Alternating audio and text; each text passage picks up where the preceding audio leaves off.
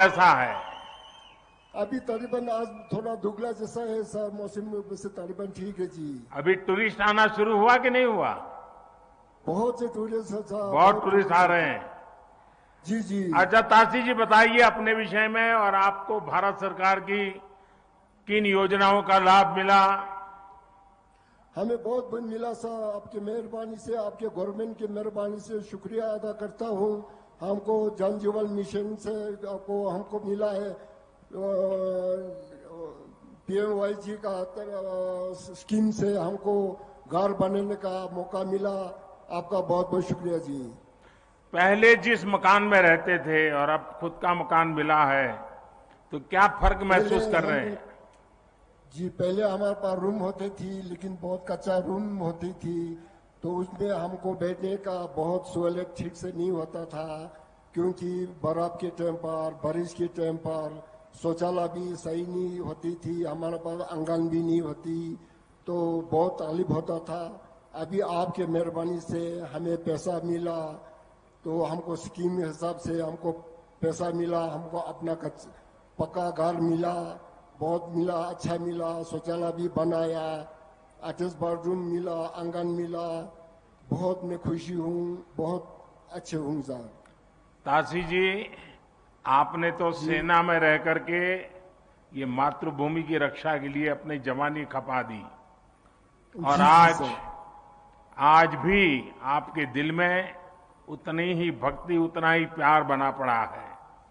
और हम लोगों का कर्तव्य बनता है कि आप जैसे देश के होनहार नागरिकों के लिए जो भी कर सकते हैं, करने का प्रयास करना चाहिए। ताशी जी, योजनाओं को प्राप्त करने में आपको कोई दिक्कतें आई क्या? सरलता से प्राप्त कर पाए आप? मेरे को कुछ दिक्कत नहीं आया जी। मेरे को जो आपका स्कीम का हमें पे ये पता चला कि आपका टीवी चैनल में पता चला, उसके बाद तुरंत मुझे आपका गवर्नमेंट डिपार्टमेंट जो म्युनिसिपल कम्युनिटी है उनका टीम आके हमारा मोहल्ले में आके हमें गाइडलाइन दिया कि ऐसे है, ऐसे मिलेंगे, ऐसे करेंगे, आपको कर सकता है। तो फिर हमने बोला, आपको उन लोगों ने ये बोला कि आपके पास जमीन है या कुछ है क्या? पैसा तो आपके पास नहीं होंगे वो नहीं बताएंगे, जमीन है, कागज है क्या? बोला। फिर उन्होंने हमको गवर्नमेंट में आके हमारे पास आया, जमीन देखा, नाप तोल किया, जो भी कर दिया। फिर उन्होंने बोला आपको जो मिल जाए, हमें ये शुरुआत नहीं देंगे कि मिल सकता है, कि आपको ऑफिस में आके आप में हम फॉर्म देंगे, सिलेक्शन हो गया तो, ना सेलेक्ट हो तो आपको सेलेक्ट नहीं होगा तो आपको पैसा मिल जाएंगे, कहा था। ताशी जी, मैं आपका बहुत बहुत आभारी हूं जो भावना आपने व्यक्त की, और शुक्रिया सर। देशवासी दूर सुदूर लद्दाख से ताशी जी को सुन रहे हैं, और मैं आज हिमाचल में शिमला में आपसे बात कर रहा हूं। मेरे लिए बड़ी खुशी की बात है। Thank you sir. Tashi ji नमस्कार। बहुत बहुत धन्यवाद माननीय प्रधानमंत्री जी। और अब हम रुख करते हैं बिहार के बांका जिले का, जहां से हमारे साथ जुड़ रही हैं ललिता देवी जी। आपको प्रधानमंत्री आवास योजना ग्रामीण, स्वच्छ भारत मिशन ग्रामीण, जल जीवन मिशन, प्रधानमंत्री उज्ज्वला योजना का लाभ मिला है। अब हम माननीय प्रधानमंत्री जी से निवेदन करेंगे कि वो ललिता देवी जी से इन योजनाओं को लेकर उनके अनुभव साझा करें। ललिता देवी जी प्रणाम। प्रणाम सर। ललिता जी बताइए अपने विषय में। पतिना विजय दास, घर पसिया, पंचायत डुमरिया, प्रखंड बेलहर, जिला बांका। अच्छा ललिता जी, आपको सरकार की किन योजनाओं का लाभ मिला है?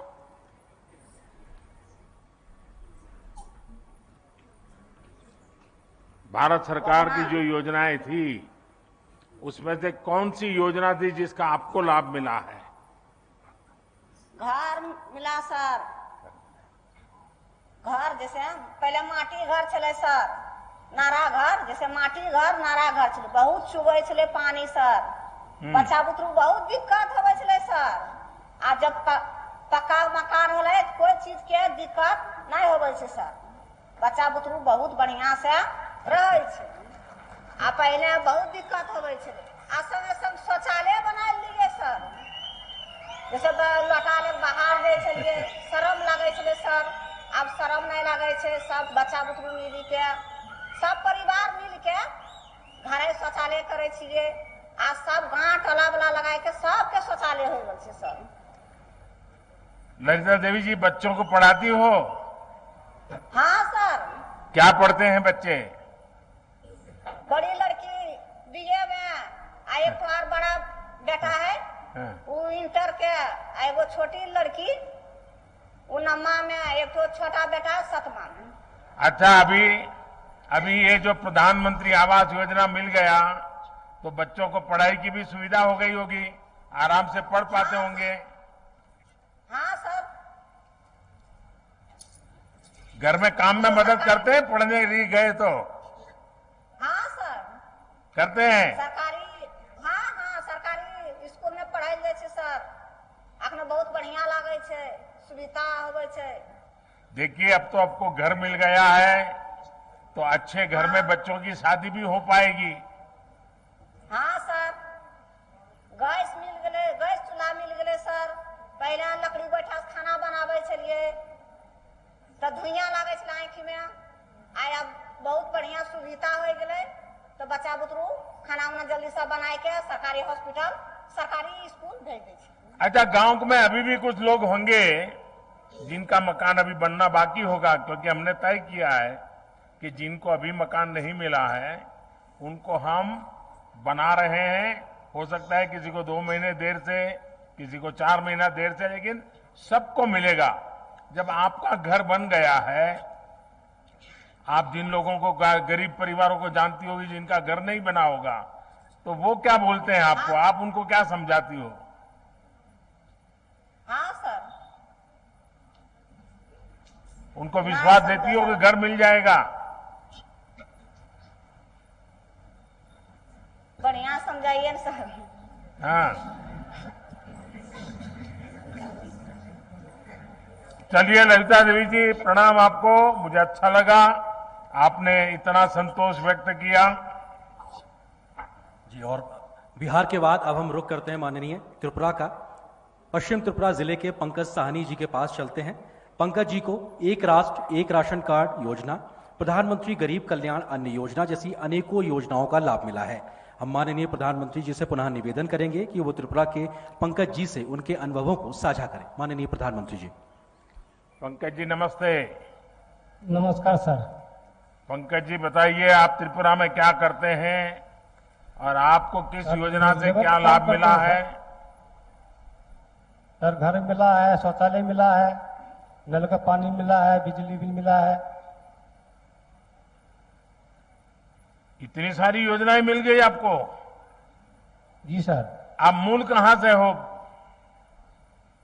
जी सर। आप कहां के रहने वाले हो? बिहार के सर, समस्तीपुर जिला के हैं। बिहार से हो? जी सर। तो कितने साल से त्रिपुरा में रह रहे हो? 10 साल से सर। 10 साल हो गया। तो आपका राशन कार्ड वगैरह तो बिहार का होगा? सर बिहार का मतलब है, लेकिन इधर में जब काम करते रहे इधर डीलर मिला तो अभी one nation one ration card मिला है, लगाते हैं तो वो आपको मिल गया क्या? जी sir. One nation one ration card जो है, जो अन्य राज्यों में लोग जाते हैं तो उनको तकलीफ न हो इसलिए सरकार ने बनाया है। वो वन राशन कार्ड वाला आपका बन गया है क्या? जी सर, बन गया है। तो उसके कारण राशन अब आपको त्रिपुरा में भी ठीक से मिल जाता है? सर मिल जाता है। अच्छा, और क्या सुविधाएं मिली हैं आपको पंकज जी? सर हमको कोई चीज को दिक्कत नहीं हुआ। लॉकडाउन में भी हमको, मेरा बीवी और बच्चे सब खुशी में है सर। अच्छा, बिजली भी मिल गई? दिक्कत नहीं हुआ। तो बिजली मिल गई तो मोबाइल फोन चार्ज करते होंगे आप तो? जी सर। पहले मोबाइल फोन चार्ज करने के लिए कहाँ जाते थे? पहले सर लाइट नहीं था तो कहाँ जाएंगे। हाँ, हमारा देश ऐसे ही तरक्की कर रहा है। चलिए पंकज जी, मुझे बहुत अच्छा लगा। और त्रिपुरा से आप बात कर रहे हैं, माता त्रिपुरा सुंदरी को हम और प्रणाम कर रहे हैं यहां से।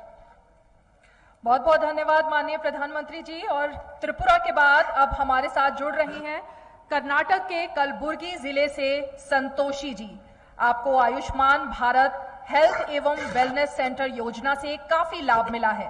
क्या है इनके अनुभव, इसको जानने के लिए हम माननीय प्रधानमंत्री जी से अनुरोध करेंगे कि वो उनके अनुभवों को साझा करें। संतोषी जी नमस्ते। नमस्कार। संतोष जी, आपको किस बात से संतोष हो गया? ಸಂತೋಷಿ ಅವರೇ, ನಿಮ್ಗೆ ಯಾವ ವಿಷಯಕ್ಕಾಗಿ ಸಂತೋಷವಾಗಿದೆ? ನಮಗೆ ಸರ್ ಜೊತೆ ಸುವರ್ಣ ಅವಕಾಶ ನಮಗೆ ಮಾತಾಡೋದು ಸಿಕ್ಕಿದಂತೆ ಅವರಿಗೆ ಧನ್ಯವಾದ ಹೇಳ್ತೀನಿ ಸರ್ ನಾನು। आदरणीय सर, आपसे बात करने का ये अवसर मिला है, इसलिए मैं अपने आप को भाग्यशाली मानती हूँ। संतोष जी, आपको क्या लाभ मिला है भारत सरकार की योजना का? ಸಂತೋಷಿ ಅವರೇ, ನಿಮ್ಗೆ ಯಾವ ಅನುಕೂಲವನ್ನು ಆಗಿದೆ ಈ ವ್ಯವಸ್ಥೆಯಿಂದ? ನಮ್ಮ ಸರ್ ನಮ್ಮ ತಾಯಿಯರಿಗೆ ಅವರಿಗೆ BP ಶುಗರ್ ಇತ್ತು ಸರ್, BP ಶುಗರ್ಲಿಂದ ನಮ್ಗೆ ಹೊರಗೆ ಪ್ರೈವೇಟ್ ತೋರಿಸಿದ್ದೆ ಸರ್ ಪೈಲೆ। ಈಗ ನಾವು ಆರೋಗ್ಯ ಕೇಂದ್ರ ಬಂದ್ಮೇಲೆ ನಮ್ಮ ಮನೆ ಮೇಡಮ್ ಅವ್ರು ಬಂದು ಡೋರ್ ಕಿಸಾತ್ ನೀವು ಆರೋಗ್ಯ ಕೇಂದ್ರದಿಂದ ನೀವು ಆಸ್ಪತ್ರೆಯಲ್ಲಿ ನೀವು ಬಂದು ಫ್ರೀ ಟ್ರೀಟ್ಮೆಂಟ್ ಇದೆ, ಫ್ರೀ ಎಲ್ಲ ನಿಮಗೆ ಬಂದ್ ಕೇಸಿ ನೀವು ತೋರಿಸ್ಕೋರ್ ಅಂತ ಕೇಸ್ ನಮ್ಗೆ ಹೇಳ್ದ ಸರ್। ಹಾಗಾಗಿ ನಾವು ಇದು ಫ್ರೀಯಲ್ಲಿಂದ ನಮ್ಮ ತಾಯಿಯವರಿಗೆ ಆಸ್ಪತ್ರೆ ಕರ್ಕೊಂಡು ಹೋಗಿ ನಮ್ಮ ತಾಯಿಯವ್ರಿಗೆ BP ಶುಗರ್ ಟೆಸ್ಟ್ ಮಾಡಿದ್ರು ಸರ್, ಆಮೇಲೆ ಗುಳಿಗೆ ಕೊಟ್ಟರು ಸರ್। ಹಾಗಾಗಿ ನಮಗೆ ಭಾರತ ಸರ್ಕಾರದಿಂದ ಏನದ ನಮಗೆ ಇದು ಯೋಜನೆ ಬಂದು ನಮಗೆ ಬಹಳ ಸಂತೋಷ ಆಗ್ಯದ್ರಿ। ಹಾಗಾಗಿ ಇದರಿಂದ ನಮಗೆ ಇನ್ನೂ ಬಿ ನಮ್ಮ ತಾಯಿಯವ್ರಿಗೆ ಆರೋಗ್ಯವಲ್ಲಿಂದ ಕಾಪಾಡ್ರೆ ಈಗ ಮುಂದೆ ಬಿ ಇನ್ನೂ ಬಿ ಹಿಂಗೆ ಇರ್ಲಂತ ನಮ್ಮ ಸಂತೋಷದಿಂದ ಕಾಪಾಡ್ತೀನಿ, ಹಿಂಗೆ ಇರ್ಬೇಕಂತ ಕೇಸಿ ನಂದು ಒಂದು ಇದರ್ಲಿಂದ ನಾನು ಕೇಳ್ಕೊತೀನಿ ಸರ್। आदरणीय सर जी, पहले हमारे गांव में ये सुविधा नहीं थी, उस टाइम बहुत प्रॉब्लम होता था, हमारे घर में हमारी माता जी को आराम नहीं रहता था, उस टाइम गोली और उपयोग नहीं होता था। जब से हेल्थ एंड वेलनेस सेंटर हमारे यहाँ हुआ है, हमारे गांव में और हमारी माता जी को और हमारे सभी गांव वालों को बहुत उपयोग हो रहा है, और हमारे घर तक हमारे लोगों को चेकअप कराया जा रहा है और गोली दवा फ्री में दिया जा रहा है। इससे हमारी बहुत अच्छी तरह से देखभाल हो रहा है और हमारी माताजी भी अभी स्वस्थ है। तो ये सब आपकी कृपा से हुआ है, इसलिए हम तहे दिल से आपको शुक्रिया करते हैं। संतोषी जी, आप इतने बढ़िया तरीके से अपनी बात बता रही थी, आप बोल रही थी तो कन्नड़ा में, लेकिन मैं फील कर रहा था कि आपके मन को कितना संतोष है और आपके परिवार को जो लाभ मिला है और पूरे गांव के लिए आपके मन में जो भाव है वो भी आप व्यक्त कर रही हो। लेकिन एक बात कहूं मैं संतोषी जी, अगर मैं कर्नाटका में होता और वहां मैं भाजपा का अगर कार्यकर्ता के नाते काम करता तो मैं आपको चुनाव लड़वा देता। आप इतने बढ़िया तरीके से सारा विस्तार से बता दिया, बात बताने का आपका जो तरीका है, आप गांव की सबसे बड़ी लीडर बन सकती हो। धन्यवाद सर। धन्यवाद सर।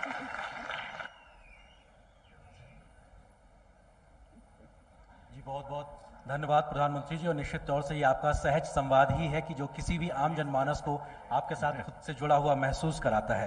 कर्नाटक के बाद अब हम चलते हैं गुजरात के मेहसाणा जिले, जहां से अरविंद कुमार सोमाभाई पटेल जी हमारे साथ जुड़ रहे हैं। अरविंद जी प्रधानमंत्री मुद्रा योजना के लाभार्थी हैं। हम एक बार फिर से माननीय प्रधानमंत्री जी से अनुरोध करेंगे कि वो अरविंद जी से उनके अनुभवों को साझा करें। माननीय प्रधानमंत्री जी। अरविंद भाई नमस्ते। नमस्कार। केम जो? नमस्कार सर जी। मैं जो? अपने महसाणा जिले अपने वतन के माननीय यशस्वी प्रधानमंत्री नरेंद्र मोदी से सीधी बात कर रहा हूं, इसे मैं हृदयपूर्वक खूब पसंद हूं। अरविंद जी अपने विषय में बताइए, क्या कर रहे हो, क्या योजना का लाभ मिला है आपको? हमारा व्यवसाय मंडप डेकोरेशन का है। हमने PM मुद्रा लोन लिया हुआ है। इससे हम पहले छोटा सा धंधा करते थे। जब हम PM मुद्रा से हमको लोन मिला तो हमें हमारा धंधा बढ़ाया। हम पहले 8 लोगों को रोजी देते थे, अब 12 लोगों को रोजी देते हैं, और जो लोग हमारे पे काम करते हैं इसको भी हम डिजिटल पेमेंट करते हैं।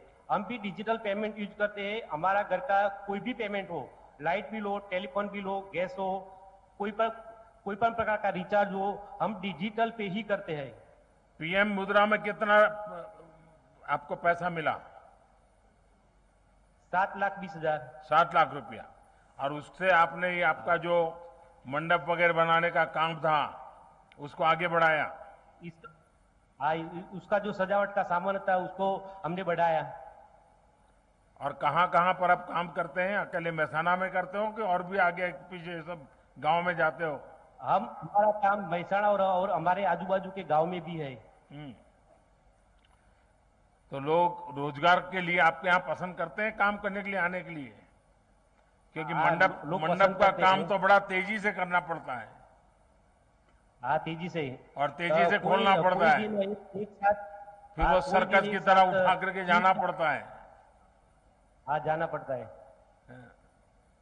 तो ये और इससे सिवाय बैंक को लोन समय पे वापस कर रहे हो आप? हाँ, करेंगे कि करते हैं? वापस तो करेंगे। अच्छा,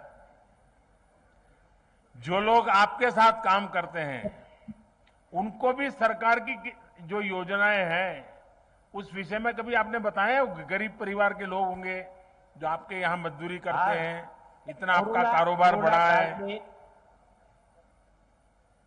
कोरोना काल में जो रसीकरण था सबको हमने रसी दिलवाई। कोरोना काल में मेरा कार्ड है लेकिन हमको अनाज की जरूरत नहीं थी, हमने अनाज नहीं लिया, लेकिन जिसको जरूरत थी उसको अनाज मुहैया कराया। और हमारी आय 4 लाख से अधिक है। हमने आयुष्मान कार्ड नहीं लिया, लेकिन हमारे आसपास के जो लोग को आयुष्मान कार्ड की जरूरत है उन सबका आयुष्मान कार्ड भी हमने निकाला है। मतलब आपने अपने साथ जो काम करने वाले हैं उनकी भी बहुत देखभाल की। मुझे बहुत अच्छा लगा।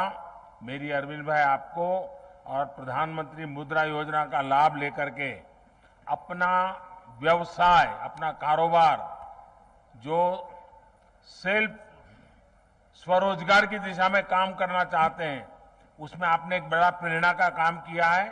और आप रोजगार खोजने वाले नहीं, रोजगार देने वाले बन गए। मैं आपको बहुत बहुत बधाई देता हूं। बहुत बहुत धन्यवाद। मैं एक बात और करना चाहता हूं। क्या बताना चाहते हो? मेरी बच्ची खेल महाकुंभ में डीएलएस द्वारा खेल रही है। वो भी नेशनल गेम प्लेयर भी है। क्या नाम है? राजवी। अच्छा, क्या खेलती है? एथलेटिक्स। एथलीट में? वाह, चलिए हमारे आशीर्वाद दे दीजिए उसको। मेहसाना जिले ने तो इस बार ओलंपिक में भाविना ने नाम कमा दिया। मेहसाना जिले की बेटी ने भाविना ओलंपिक से मेडल लेके आ गई। Thank you.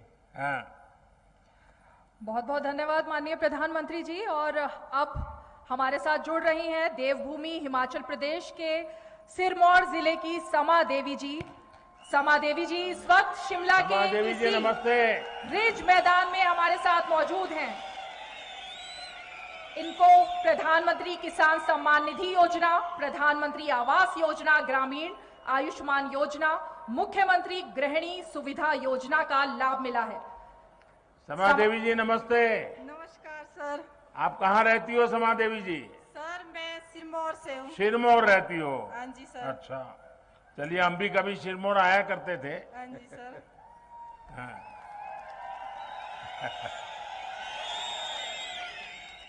अच्छा रमा देवी जी बताइए हमें।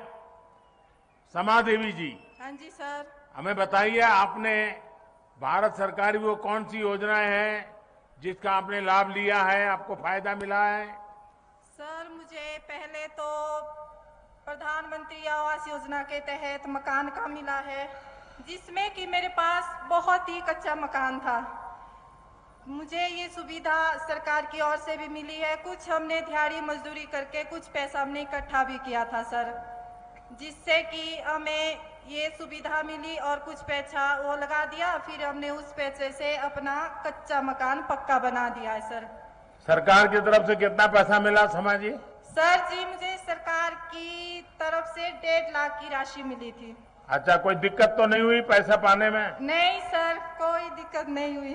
अच्छा। हाँ जी सर। और मकान आपको जैसा चाहिए था वैसा बना दिया? हाँ जी सर। इसके अभी लिए- मकान अच्छा बना दिया तो मेहमान भी बहुत आते होंगे, हाँ जी सर, मेहमान भी आते हैं। तो फिर नया नया खाना पकाना पड़ता होगा, हाँ जी सर। तो फिर खर्चा बढ़ गया होगा अब तो। कोई बात नहीं सर, ये तो आप लोगों की, आपकी सरकार की और आपकी बहुत बहुत आभार व्यक्त करती हूँ मैं। अच्छा समाजी, आप खेती करती हैं? हाँ जी सर, मैं खेती बाड़ी भी करती हूँ, छोटे से अपनी खेती बाड़ी भी है। तो खेती बाड़ी में क्या पकाती हो? सर अभी तो लहसुन चला हुआ है, फिर उसके बाद बीन हो गया, मटर हो गए, मटर भी हम लेट लगाते हैं, अभी तो मक्की और आलू। हाँ जी। अच्छा, हाँ जी सर। तो आपको पीएम किसान सम्मान निधि का पैसा मिलता है? हाँ जी सर, मुझे पीएम सरकार किसान निधि का पैसा भी मिलता है, जो कि मुझे 2-2 हजार करके साल के 6,000 मिलते हैं सर। अच्छा। हाँ जी सर, इसका भी मैं आपसे बहुत बहुत धन्यवाद करना चाहती हूँ, आपसे भी, पीएम मोदी जी, और सरकार से भी। समाज जी, आपको बहुत बहुत नमस्कार। आपने बहुत अच्छे ढंग से बताया, मैं आपका आभारी हूँ। धन्यवाद जी। धन्यवाद सर। बहुत बहुत धन्यवाद माननीय प्रधानमंत्री जी। और आपका ये सहज संवाद ही है जो किसी भी भारतवासी को आपके साथ जुड़ा हुआ महसूस कराने के लिए काफी होता है। ये महज कुछ लोगों के साथ माननीय आपका ये संवाद था, लेकिन आज के इस ऐतिहासिक कार्यक्रम में देश भर के लगभग 1500 जगहों से लाखों लाखों लोग इस कार्यक्रम का हिस्सा हैं और जुड़े हुए हैं। माननीय प्रधानमंत्री जी, आपकी प्राथमिकता में हमेशा से देश के अन्नदाता यानी हमारे किसान शामिल रहे हैं और बीते वर्षों में आपने किसानों की आय को दोगुना करने से लेकर उनके आत्मसम्मान को बढ़ाने में जो प्रयास किए हैं, उसको लेकर देश के किसान आपके आभारी हैं। प्रधानमंत्री किसान सम्मान निधि योजना के माध्यम से आपने अन्नदाताओं के खातों में सालाना 6,000 रुपए देने का जो भागीरथ प्रयास किया है, उसका फायदा देश के करोड़ों करोड़ों किसानों को मिल रहा है। प्रधानमंत्री जी, इस योजना के माध्यम से अब तक 1,82,000 करोड़ रुपए से ज्यादा की राशि हमारे अन्नदाता प्राप्त कर चुके हैं। इस क्रम में पीएम किसान सम्मान निधि की 11वीं किश्त के रूप में आज फिर से माननीय प्रधानमंत्री जी के द्वारा देश के किसानों के खातों में 21,000 करोड़ रुपए सीधे ट्रांसफर होंगे। हम अब माननीय प्रधानमंत्री जी से विनम्र निवेदन करेंगे कि वो कृपया बटन दबाकर प्रधानमंत्री किसान सम्मान निधि की 11वीं किश्त किसानों के खातों तक पहुंचाने की कृपया करें।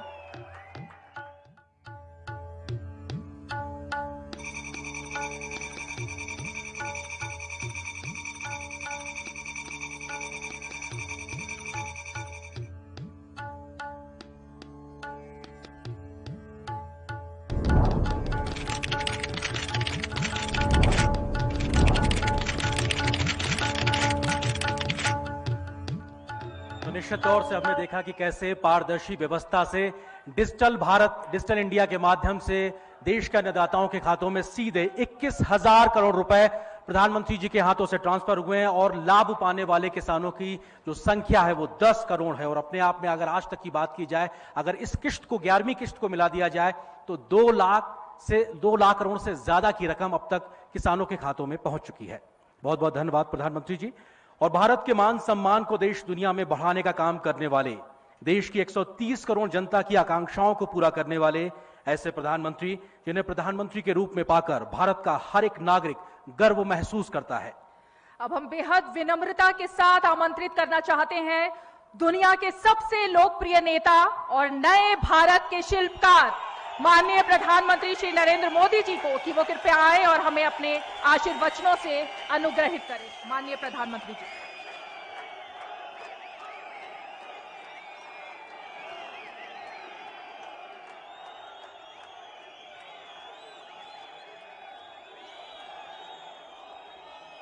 भारत माता की,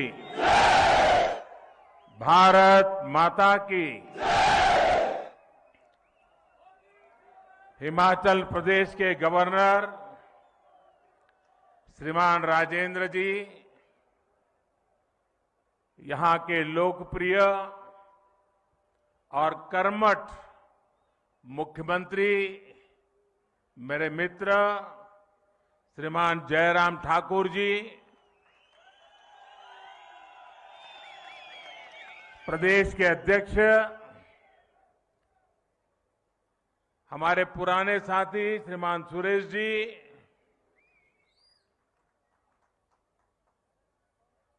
केंद्र के मंत्रिपरिषद के मेरे साथियों, सांसदगण, विधायकगण,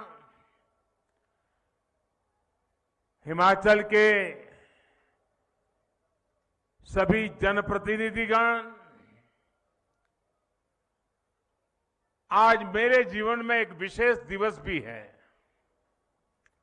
और उस विशेष दिवस पर इस देवभूमि को प्रणाम करने का मौका मिले, इससे बड़ा जीवन का सौभाग्य क्या हो सकता है। आप इतनी बड़ी तादाद में हमें आशीर्वाद देने के लिए आए, मैं आपका बहुत बहुत आभार व्यक्त करता हूं। अभी देश के करोड़ों करोड़ किसानों को उनके खाते में पीएम किसान सम्मान निधि का पैसा ट्रांसफर हो गया, पैसा उनको मिल भी गया और आज मुझे शिमला की धरती से देश के 10 करोड़ से भी ज्यादा किसानों से खाते में पैसे पहुंचाने का सौभाग्य मिला है। वे किसान भी शिमला को याद करेंगे, हिमाचल को याद करेंगे, इस देवभूमि को याद करेंगे। मैं इन सभी किसान भाइयों बहनों को भी हृदय से बहुत बहुत बधाई देता हूं, अनेक अनेक शुभकामनाएं देता हूं। साथियों,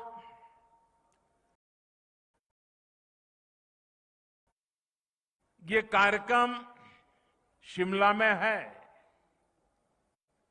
लेकिन एक प्रकार से ये कार्यक्रम आज पूरे हिंदुस्तान का है। हमारे यहां चर्चा चल रही थी कि सरकार के 8 साल होने पर कैसा कार्यक्रम किया जाए, कौन सा कार्यक्रम किया जाए। तो हमारे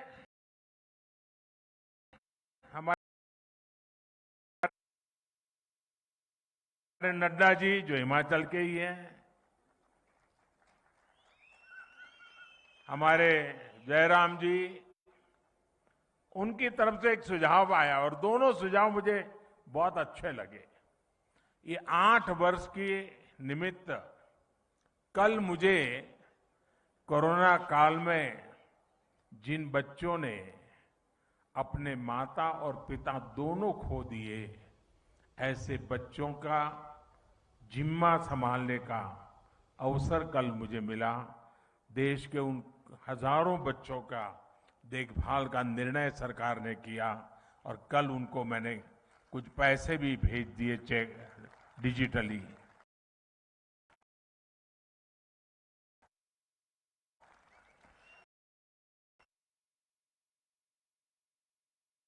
आठ साल की पूर्ति में ऐसा कार्यक्रम होना मन को बहुत सुकून देता है, आनंद देता है। और फिर मेरे सामने सुझाव आया कि हम एक कार्यक्रम हिमाचल में करें, तो मैंने आंख बंद करके हाँ कह दिया, क्योंकि मेरे जीवन में हिमाचल का स्थान इतना बड़ा है, इतना बड़ा है, और खुशी के पल अगर हिमाचल में आकर के बिताने का मौका मिले तो फिर तो बात ही क्या बनती है जी।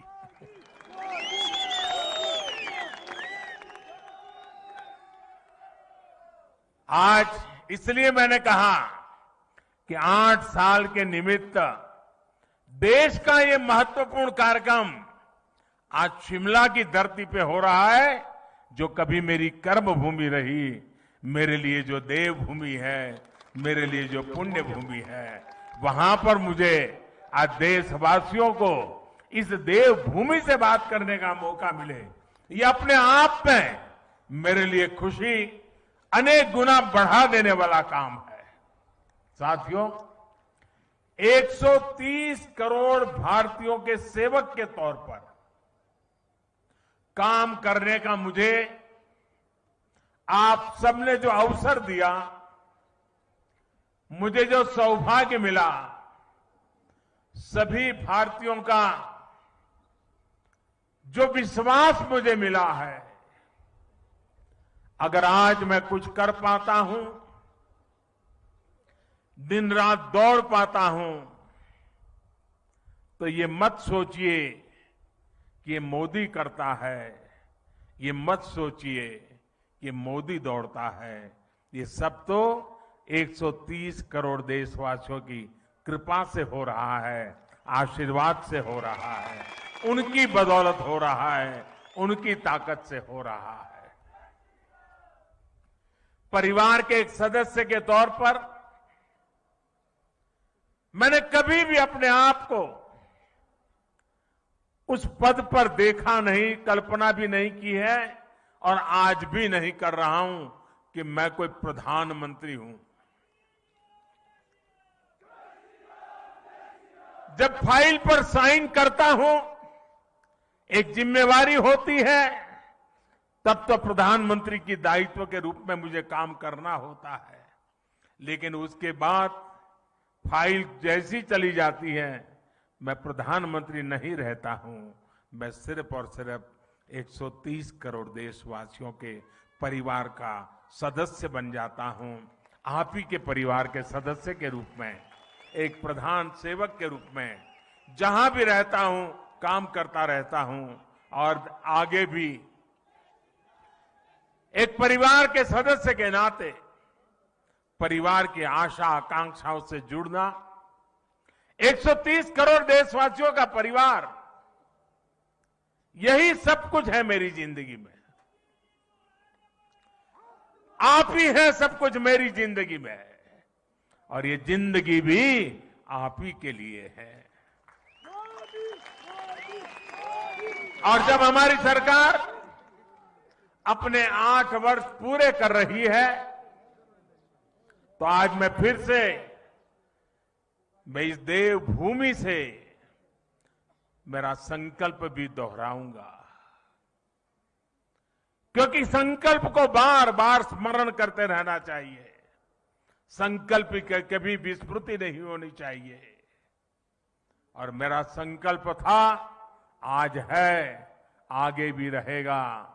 जिस संकल्प के लिए जीऊंगा, जिस संकल्प के लिए जूझता रहूंगा, जिस संकल्प के लिए आप सबके साथ चलता रहूंगा। और इसलिए मेरा ये संकल्प है, भारतवासी के सम्मान के लिए, हर भारतवासी की सुरक्षा, उस हर भारतवासी की समृद्धि कैसे बढ़े, भारतवासी की सुख शांति की जिंदगी कैसे मिले, उसी एक भाव से गरीब, दलित हो, पीड़ित हो, शोषित हो, वंचित हो, दूर सुदूर जंगलों में रहने वाले लोग हो, पहाड़ी की चोटियों पर रहने वाले, छूट-फूट रहने वाले एक आध दो परिवार हो, हर किसी का कल्याण करने के लिए जितना ज्यादा काम कर सकता हूं उसको करता रहूं। इसी भाव को लेकर के मैं आज फिर से एक बार इस देवभूमि से अपने आप को संकल्पित करता हूं। साथियों, हम सभी मिलकर भारत को उस ऊंचाई तक पहुंचाएंगे जहां पहुंचने का सपना आजादी के लिए मर मिट जाने वाले लोगों ने देखा था। आजादी के इस अमृत महोत्सव में भारत के बहुत उज्जवल भविष्य के विश्वास के साथ भारत की युवा शक्ति, भारत की नारी शक्ति, उस पर पूरा भरोसा रखते हुए मैं आज आपके बीच आया हूं। साथियों, जीवन में जब हम बड़े लक्ष्यों की तरफ आगे बढ़ते हैं तो कई बार यह देखना भी जरूरी होता है कि हम चले कहां से थे, शुरुआत कहां से थी की, और जब उसको याद करते हैं तभी तो हिसाब किताब का पता चलता है कि कहां से निकले और कहां पहुंचे, हमारी गति कैसी रही, हमारी प्रगति कैसी रही, हमारी उपलब्धियां कैसी रही हैं। हम अगर 2014 से पहले के दिनों को याद करें, उन दिनों को भूलना मत साथियों।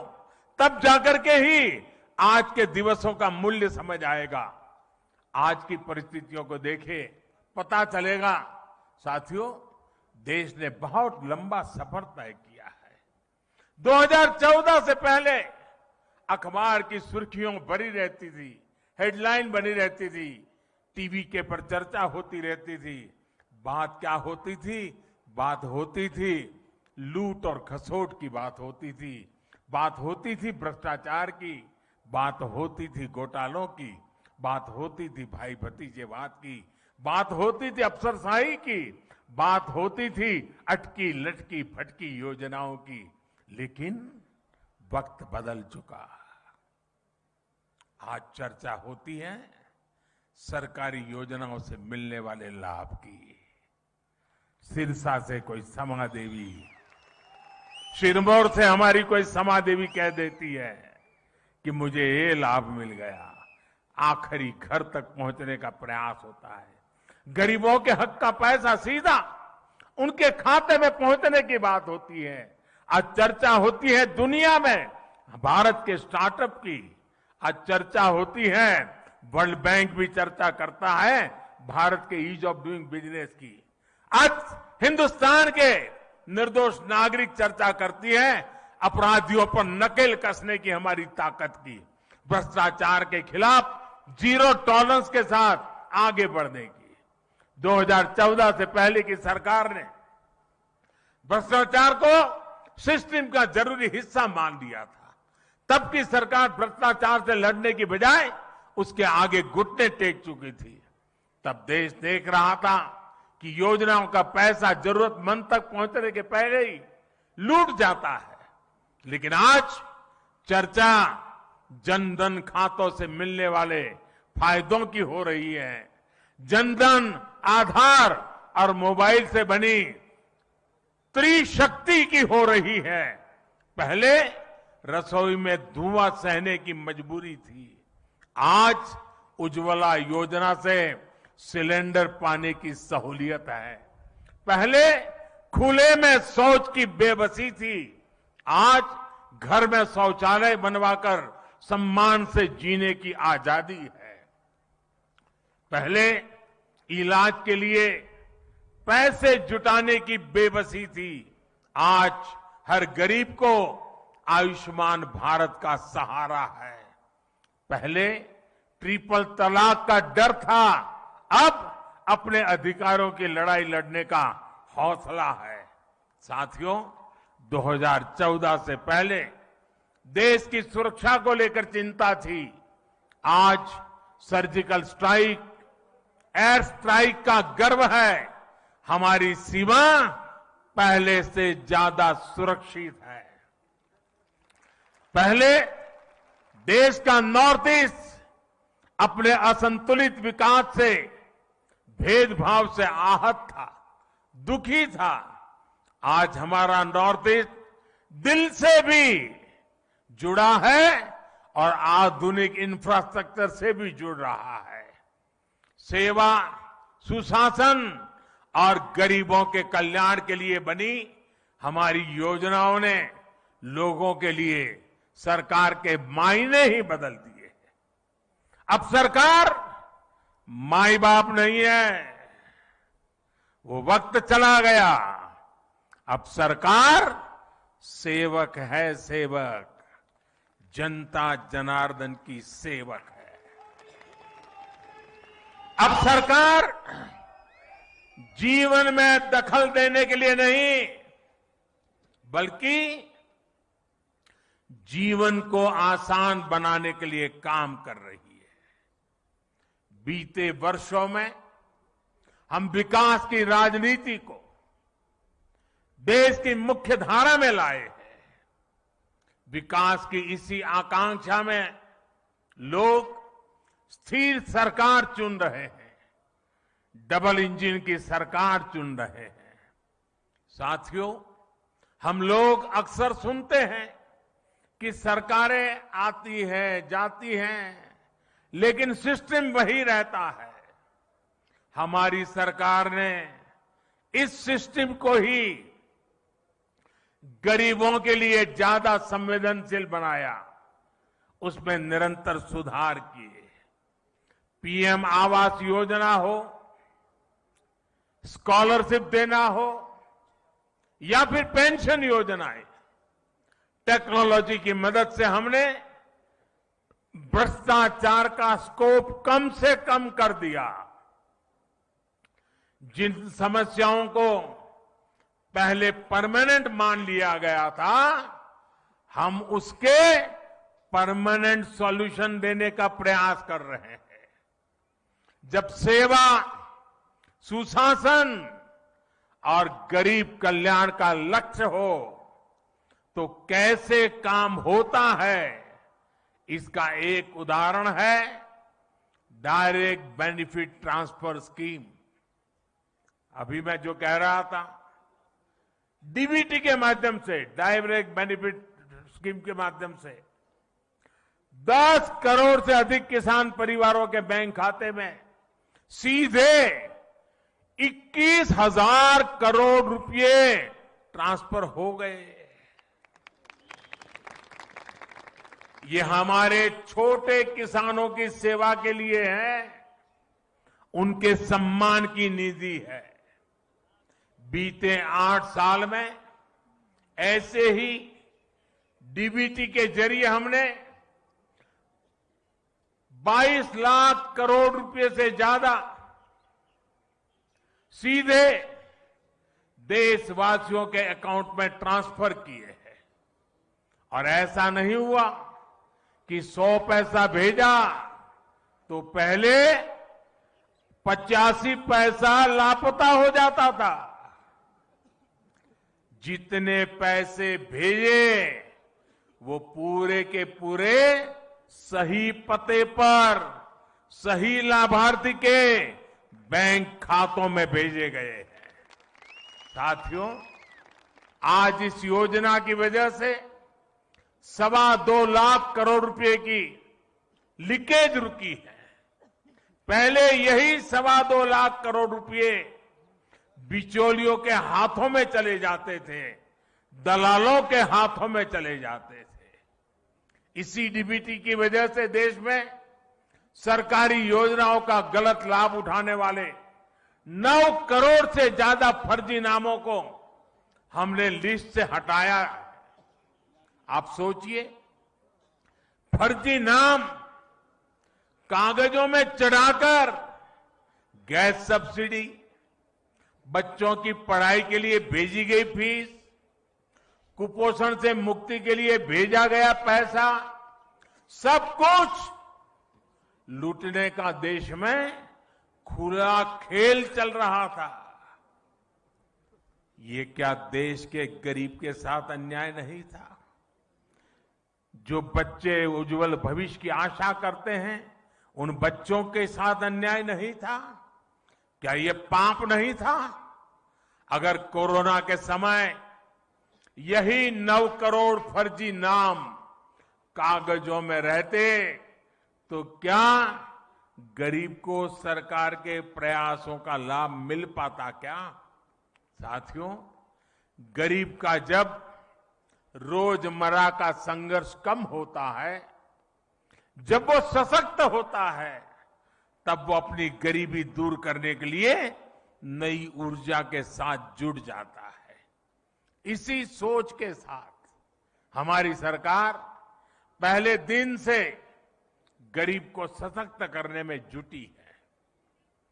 हमने उसके जीवन की एक एक चिंता को कम करने का प्रयास किया। आज देश के 3 करोड़ गरीबों के पास उनके पक्के और नए घर भी, जहां आज वो रहने लगे हैं। आज देश के 50 करोड़ से ज्यादा गरीबों के पास 5 लाख रुपए तक के मुफ्त इलाज की सुविधा है। आज देश के 25 करोड़ से अधिक गरीबों के पास 2-2 लाख रुपए का एक्सीडेंट इंश्योरेंस और टर्म इंश्योरेंस है, बीमा है। आज देश के लगभग 45 करोड़ गरीबों के पास जनधन बैंक खाता है। मैं आज बहुत गर्व से कह सकता हूं कि देश में शायद ही कोई ऐसा परिवार होगा जो सरकार की किसी न किसी योजना से जुड़ा न हो, योजना उसे लाभ न देती हो। हमने दूर सुदूर पहुंचकर लोगों को वैक्सीन लगाई है। देश करीब 200 करोड़ वैक्सीन डोज के रिकॉर्ड स्तर पर पहुंच रहा है। और मैं जयराम जी को बधाई दूंगा। कोरोना काल में जिस प्रकार से उनकी सरकार ने काम किया है और उन्होंने ये टूरिस्ट डेस्टिनेशन होने के कारण टूरिज्म के लिए तकलीफ न हो, इसलिए उन्होंने वैक्सीनेशन को इतना तेजी से चलाया। हिंदुस्तान में सबसे पहले वैक्सीनेशन का काम पूरा करने वालों में जयराम जी की सरकार अग्रिम पंक्ति में रही। साथियों, हमने गांव में रहने वाले 6 करोड़ परिवारों को साफ पानी के कनेक्शन से जोड़ा है, नल से जल। साथियों, हमने 35 करोड़ मुद्रा लोन देकर गांव और छोटे शहरों में करोड़ों युवाओं को स्वरोजगार का अवसर दिया है। मुद्रा लोन लेकर कोई टैक्सी चला रहा है, कोई टेलरिंग की दुकान खोल रहा है, कोई बिटिया अपना स्वयं का कारोबार शुरू कर रही है। रेहड़ी ठेले पटरी पर काम करने वाले लगभग 45 लाख साथियों को भी पहली बार बैंकों से ऋण मिला है, अपने काम को बढ़ाने का रास्ता मिला है। और जो प्रधानमंत्री मुद्रा योजना है ना, मेरे लिए संतोष की बात है, उसमें 70% बैंक से पैसा प्राप्त करने वालों में 70% हमारी माताएं बहनें हैं जो एंटरप्रेन्योर बन करके आज लोगों को रोजगार दे रही है। साथियों, यहां हिमाचल प्रदेश के तो हर घर से शायद ही कोई परिवार ऐसा होगा जिस परिवार से कोई सैनिक न निकला हो।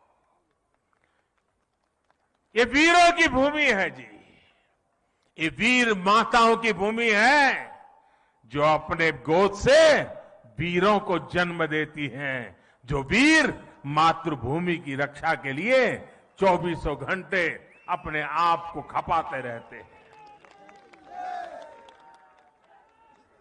साथियों, ये जो सैनिकों की भूमि है, ये सैन्य परिवारों की भूमि है।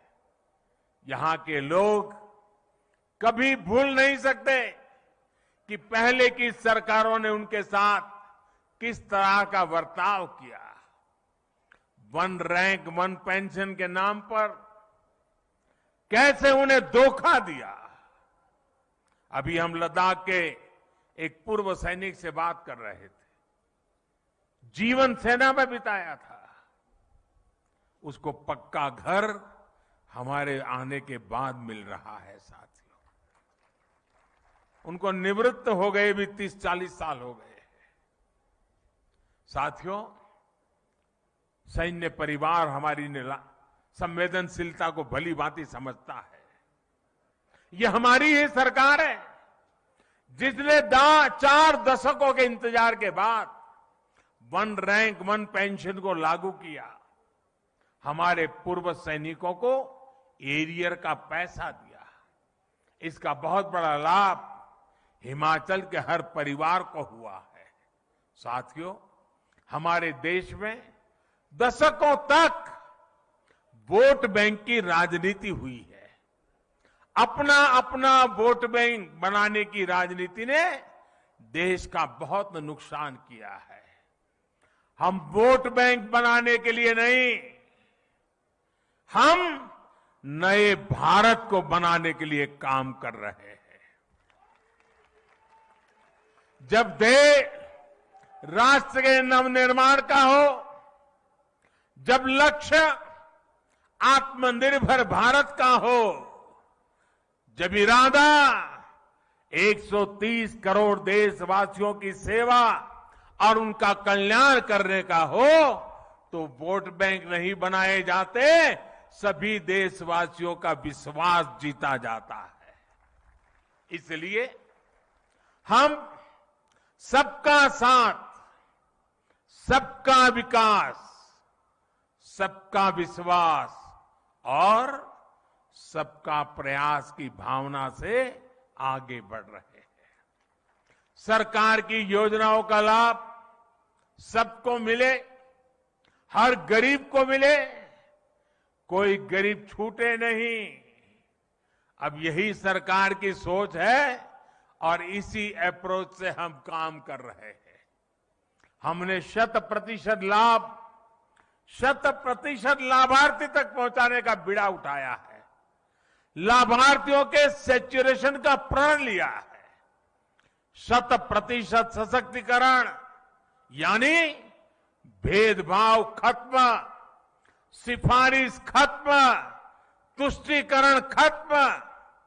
100% सशक्तिकरण यानी हर गरीब को सरकारी योजनाओं का पूरा लाभ। मुझे ये जानकर अच्छा लगा कि जयराम जी के नेतृत्व में हिमाचल प्रदेश इस दिशा में बहुत अच्छा काम कर रहा है। हर घर जल योजना में भी हिमाचल 90% घरों को कवर कर चुका है। किन्नौर, लाहौल स्पीति, चंबा, हमीरपुर जैसे जिलों में तो 100% कवरेज हासिल की जा चुकी है। साथियों, मुझे याद है 2014 से पहले जब मैं आपके बीच आता था तो कहता था कि भारत दुनिया से आंख झुकाकर नहीं, आंख मिलाकर बात करेगा। आज भारत मजबूरी में दोस्ती का हाथ नहीं बढ़ाता है, और जब मजबूरी में दोस्ती का हाथ बढ़ाता है ना, तो ऐसे बढ़ाता है। बल्कि आज भारत मदद करने के लिए हाथ बढ़ाता है और हाथ ऐसे करके ले जाता है। कोरोना काल में भी हमने 150 से ज्यादा देशों को दवाइयां भेजी हैं, वैक्सीन भेजी है, और इसमें हिमाचल प्रदेश के फार्मा हब बद्दी की भी बड़ी भूमिका रही है। भारत ने सिद्ध किया है कि हमारे पास पोटेंशियल भी है और हम परफॉर्मर भी है। अंतर्राष्ट्रीय संस्थाएं भी मान रही हैं कि भारत में गरीबी कम हो रही है, लोगों के पास सुविधाएं बढ़ रही है। इसलिए अब भारत को सिर्फ अपने लोगों की आवश्यकताएं ही पूरी नहीं करनी है, बल्कि लोगों की जागी हुई आकांक्षाओं को भी हमें पूरा करना है। हमें 21वीं सदी के बुलंद भारत के लिए, आने वाली पीढ़ियों के उज्जवल भविष्य के लिए अपने आप को खपाना है। एक ऐसा भारत जिसकी पहचान अभाव नहीं बल्कि आधुनिकता हो। एक ऐसा भारत जिसमें लोकल मैन्युफैक्चरर लोकल डिमांड को भी पूरा करे और दुनिया के बाजारों में भी अपना सामान बेचे। एक ऐसा भारत जो आत्मनिर्भर हो, जो अपने लोकल के लिए वोकल हो, जिसे अपने स्थानीय उत्पादों पर गर्व हो। हमारे हिमाचल का तो हस्तशिल्प, यहां की वास्तुकला वैसे ही इतनी मशहूर है। चंबा का मेटल वर्क, सोलन की पाइन आर्ट, कांगड़ा की मिनिएचर पेंटिंग के लोग, और इसे देख के टूरिस्ट लोग दीवाने हो जाते हैं। ऐसे उत्पाद देश के कोने कोने में पहुंचे, अंतर्राष्ट्रीय बाजारों की रौनक बढ़ाए, इसके लिए हम काम कर रहे हैं। वैसे भाइयों और बहनों, हिमाचल के स्थानीय उत्पादों की चमक तो अब काशी में बाबा विश्वनाथ के मंदिर तक पहुंच गई है। कुल्लू में बनी हमारी माताओं बहनें बनाती हैं। कुल्लू में बनी पोहलें सर्दी के मौसम में काशी विश्वनाथ मंदिर के पुजारियों और सुरक्षा कर्मियों की मददगार बन रही है। बनारस का सांसद होने के नाते मैं इस उपहार के लिए हिमाचल प्रदेश के लोगों का विशेष आभार व्यक्त करता हूं। साथियों, बीते 8 वर्षों के प्रयासों के जो नतीजे मिले हैं, उनसे मैं बहुत विश्वास भरा हुआ हूं, आत्मविश्वास से भरा हुआ हूं। हम भारतवासियों के सामर्थ्य के आगे कोई भी लक्ष्य असंभव नहीं है। आज भारत दुनिया की सबसे तेजी से बढ़ती अर्थव्यवस्थाओं में एक है। आज भारत में रिकॉर्ड विदेशी निवेश हो रहा है। आज भारत रिकॉर्ड एक्सपोर्ट कर रहा है। 8 साल पहले स्टार्टअप्स के मामले में हम कहीं नहीं थे। आज हम दुनिया के तीसरे बड़े स्टार्टअप इकोसिस्टम हैं, तीसरे बड़े। करीब करीब हर हफ्ते हजारों करोड़ रुपयों की कंपनी हमारे युवा तैयार कर रहे हैं।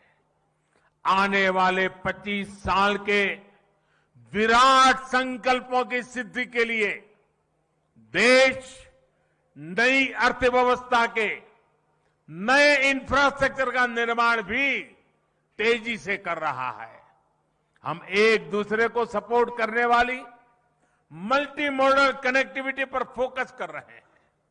इस बजट में हमने जो पर्वतमाला योजना की घोषणा की है, वो हिमाचल जैसे पहाड़ी प्रदेश में कनेक्टिविटी को और मजबूत करेगी।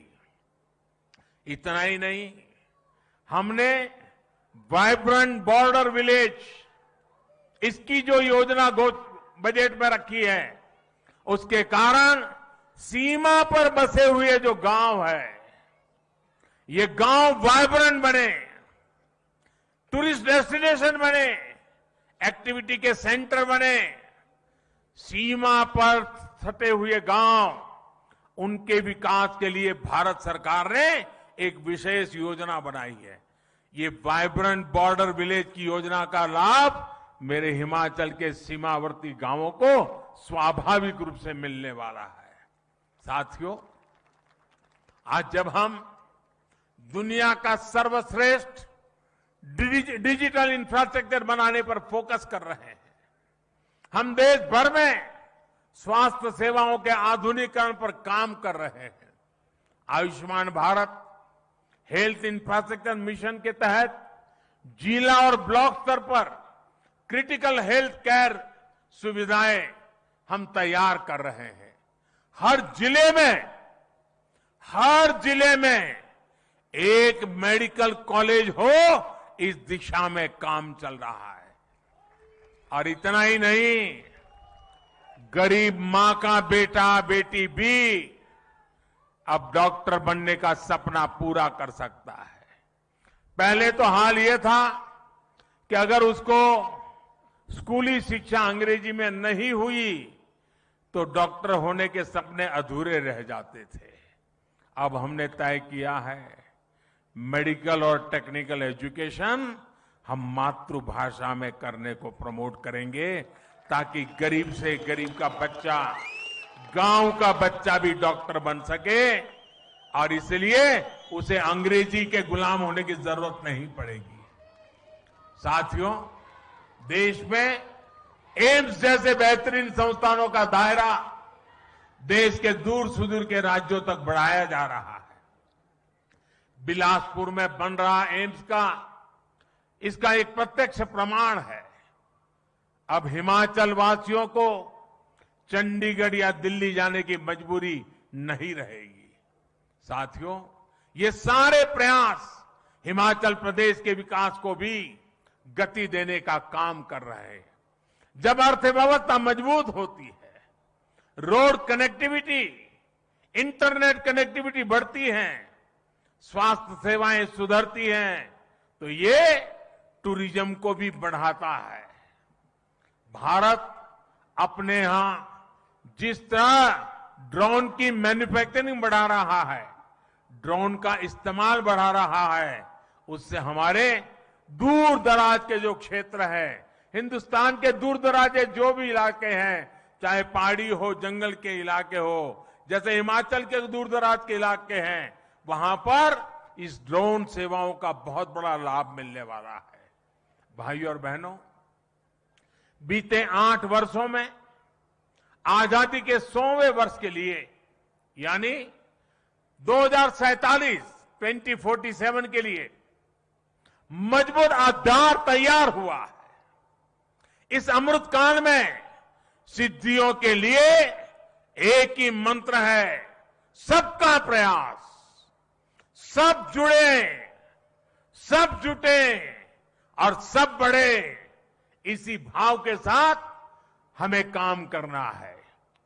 कितनी सदियों के बाद और कितनी पीढ़ियों के बाद ये सौभाग्य हमें मिला है, हमारी आपकी पीढ़ी को मिला है। इसलिए आइए हम संकल्प लें, हम सबका प्रयास कि इस आह्वान में अपनी सक्रिय भागीदारी निभाएंगे, अपना हर कर्तव्य निभाएंगे। इसी विश्वास के साथ आज जो हिमाचल ने आशीर्वाद दिए हैं और देश के हर ब्लॉक में आज इस कार्यक्रम से लोग जुड़े हुए हैं। आज पूरा हिंदुस्तान शिमला से जुड़ा हुआ है, करोड़ों करोड़ों लोग आज जुड़े हुए हैं। और आज मैं आज शिमला की धरती से उन करोड़ों देशवासियों से बात कर रहा हूं। मैं उन करोड़ों करोड़ों देशवासियों को अनेक अनेक शुभकामनाएं देता हूं और आपके आशीर्वाद बने रहे, हम और ज्यादा काम करते रहें, दिन रात काम करते रहें, जी जान से जुटे रहें। इसी एक भावना को आगे लेते हुए आप सबके आशीर्वाद के साथ मैं फिर एक बार आप सबका हृदय से धन्यवाद करता हूं। मेरे साथ बोलिए, भारत माता की, भारत माता की, भारत माता की। बहुत बहुत धन्यवाद।